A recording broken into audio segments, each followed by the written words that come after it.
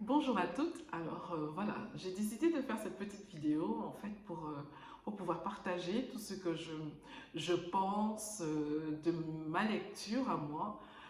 On a décidé de lire la Bible de façon chronologique et donc on a commencé un peu avec les versets de Genèse, ensuite on a suivi par Job, ainsi de suite. Alors avant de pouvoir partager ce que j'ai à dire, je voulais juste dire un truc qui est super important. Pourquoi la Bible en fait? La Bible est une compilation de récits, de textes qui ont été rédigés par différentes personnes en fait, mais ce sont des textes qui ont été inspirés de Dieu. Donc la Bible pour moi, c'est la parole de Dieu.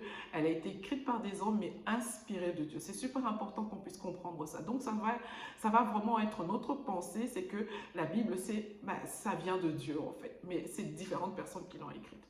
Alors, premièrement, la Bible n'est pas un livre philosophique. Donc la Bible n'est pas là pour pouvoir décrire une certaine philosophie, emmener les gens à une certaine réflexion, à pouvoir débattre sur certaines choses. Ce n'est pas le but de la Bible. La Bible n'est pas non plus un livre de science. En fait, Dieu ne fait pas partie du champ d'application en fait, de la science. Donc forcément, la Bible ne va pas aborder Dieu dans le sens de la science en fait.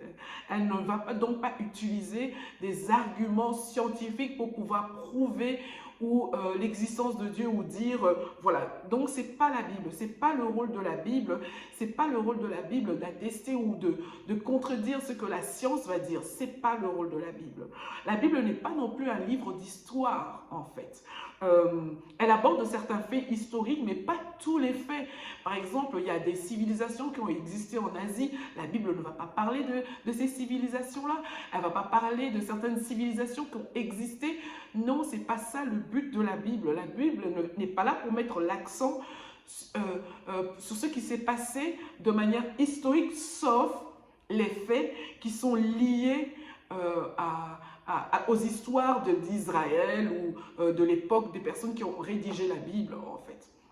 Donc, en fait, il est vraiment important de comprendre que le but de la Bible, c'est pas ça. Le but de la Bible, c'est pas d'expliquer, c'est pas de prouver quoi que ce soit. En fait, ce que Dieu veut au travers de la Bible, c'est de nous raconter une histoire. C'est de nous raconter une histoire qui va nous retracer la création de l'homme et ensuite toutes les personnes qui vont contribuer à nous emmener vers quelque chose de précis. La Bible est là pour nous parler du chemin qui nous emmène au salut, qui est Jésus-Christ. Et en fait, elle va présenter deux chemins. Elle va présenter le chemin qui emmène vers Jésus-Christ et elle va présenter le chemin qui emmène vers la perdition.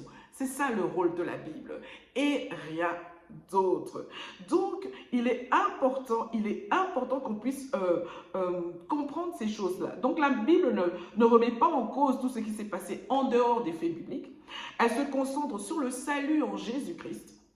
C'est pourquoi Dieu a inspiré ses écrits et que toutes les généalogies, par exemple, ne sont pas décrites dans la Bible. Ça va être certaines généalogies qui vont nous emmener vers Jésus-Christ. Donc, la Bible est là pour nous parler du salut en Jésus-Christ.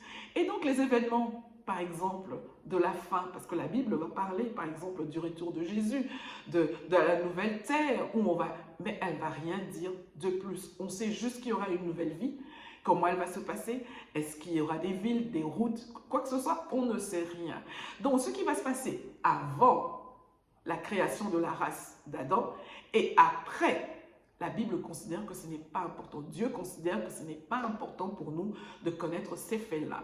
Donc, Dieu considère que ce n'est pas important aussi pour nous de connaître tous les détails du monde invisible. Ce n'est pas important pour nous. Ce qui est important pour nous, c'est de savoir que Jésus-Christ est venu pour mourir à la croix, qu'il est mort, qu'il est ressuscité, il est assis à la droite de Dieu et il nous donne le salut au travers de son sang.